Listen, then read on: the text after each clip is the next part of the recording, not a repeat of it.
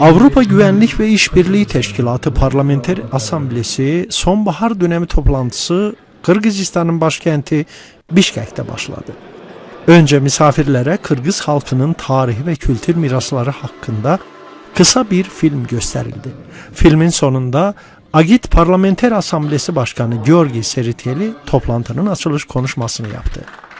Agit Parlamenter Asamblesi sonbahar dönemi toplantısı katılımcılarını selamlayan Seriteli, sıcak karşılamaları için Cumhurbaşkanı Jeenbekov'a ve Kırgızistan Meclisi'ne teşekkür etti. Ayrıca eski Cumhurbaşkanı Roza Otunbayeva'nın toplantıya katılımına özel olarak dikkat çeken Seriteli, Otunbayeva'yı ayrı selamladı. Misafirperverlik ve toplantının üst düzeyde organizasyonu için şükranlarını sunan Agit Parlamenter Asamblesi Başkanı, "Bişkek'e geldiğimiz için çok mutluyuz. Saygınız için teşekkür ediyorum" ifadelerini Kırgız dilinde kutladı. Devlet Başkanı Sooronbay Jeenbekov ve Meclis Başkanı Dastanbek Cumabekov bir açılış konuşması yaptı. Cumhurbaşkanı Jeenbekov, dünyanın en büyük meclis forumunu yürütmek, Kırgızistan için parlamenter demokrasinin gelişim yolunu seçen bir ülke olarak onurlu bir görevdir. Avrupa Güvenlik ve İşbirliği Teşkilatı üyesi ülkelerden milletvekillerinin katıldığı bir konferans ilk kez burada düzenleniyor şeklinde konuştu. Konuşmasına devam eden Jeenbekov, katılımcılara Kırgızistan'daki yargı, seçim ve hukuk sistemlerinde devam eden reformlar hakkında bilgi verdi. Toplantıya Avrupa, Asya ve Kuzey Amerika'nın 46 ülkesinden 150'den fazla milletvekili katılıyor. Agit Parlamenter Asamblesi sonbahar toplantısı 6 Ekim'de sona erecek. Nabi Avcı, Türkiye Büyük Millet Meclisi, Avrupa Güvenlik ve İşbirliği Teşkilatı Parlamenterler Asamblesi Türkiye Heyeti Başkanı. Avrupa Güvenlik ve İşbirliği Teşkilatı dönem toplantısı için Atayurdumuzda olmaktan ötürü çok mutluyuz. Bu sabah geldik. Gelir gelmez toplantı başlamadan önce Manas Üniversitesi'ni de ziyaret ettik. Türkiye-Kırgızistan dostluğunun, kardeşliğinin en önemli müşterek eseri olan Manas Üniversitesi'ndeki gelişmeleri görmekten fevkalade mutlu oldum. Çünkü ben daha önceden de kuruluş safhasında da gelmiştim. O zaman danışman ve Milli Eğitim Bakanı olarak geldiğimde henüz yeni kuruluyordu Manas Üniversitesi.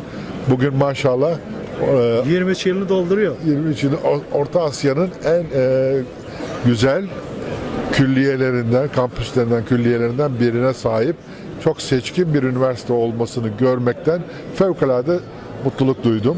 Başta rektörümüz ve rektör vekilimiz olmak üzere bütün hocalarımıza, yöneticilerimize ve emeği geçen herkese, ama tabii Türkiye ve Kırgızistan devlet yöneticilerine, devlet başkanlarına, başbakanlarına bugüne kadarki gayretleri, himmetleri, himayeleri için çok teşekkür ediyoruz. Kırgızistan çok daha iyilerine, güzellerine layık, inşallah bu yolda daha da büyük mesafeler alacak. Sayın Bakanım, biz Türk dünyası dediğimizde evet, Nursultan Nazarbayev'i evet, Türk dünyasının aksakalı adlandırıyoruz. Eyvallah. Sizi de milletvekillerimizin içerisinde evet, aksakal olarak biz tanıyoruz. Çünkü kaç dönem milletvekili evet, oldunuz. Evet. Atayurt'tan hangi mesajı vererdiniz Türk dünyamıza? Türk dünyasına biliyorsunuz biz 2013 yılında da Türk Dünyası Kültür Başkentleri projesini başlattık. 2013 yılında Eskişehir Türk Dünyası Kültür Başkenti oldu. Daha sonra Türk dünyasından muhtelif şehirler Astana oldu, Şeki oldu, Merv oldu. Şimdi bu sene yine Türkiye'ye geldi sıra. Kastamonu oldu şimdi.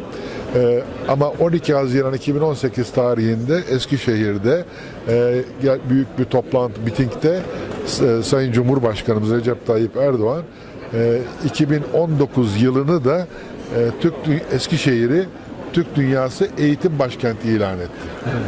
Eğitim başkenti olarak inşallah 2019'da bütün Türk dünyasıyla çok yakın işbirliği içinde olacak.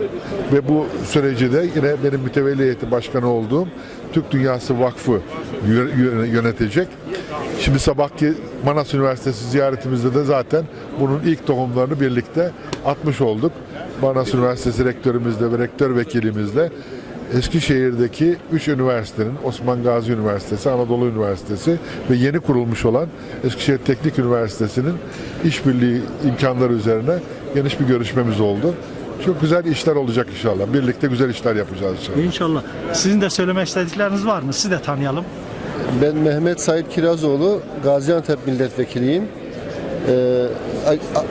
Avrupa Güvenlik İşbirliği Teşkilatı'nın sonbahar toplantısı için Atayurt'tayız. Burada bulunmaktan dolayı çok memnunuz.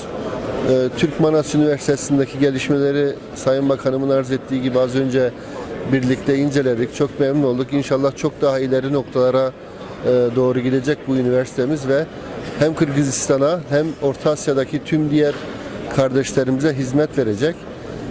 Çok güzel bir hava var Kırgızistan'da. Burada bulunmaktan dolayı çok memnunuz. Onlara ülkemizden selam getiriyoruz.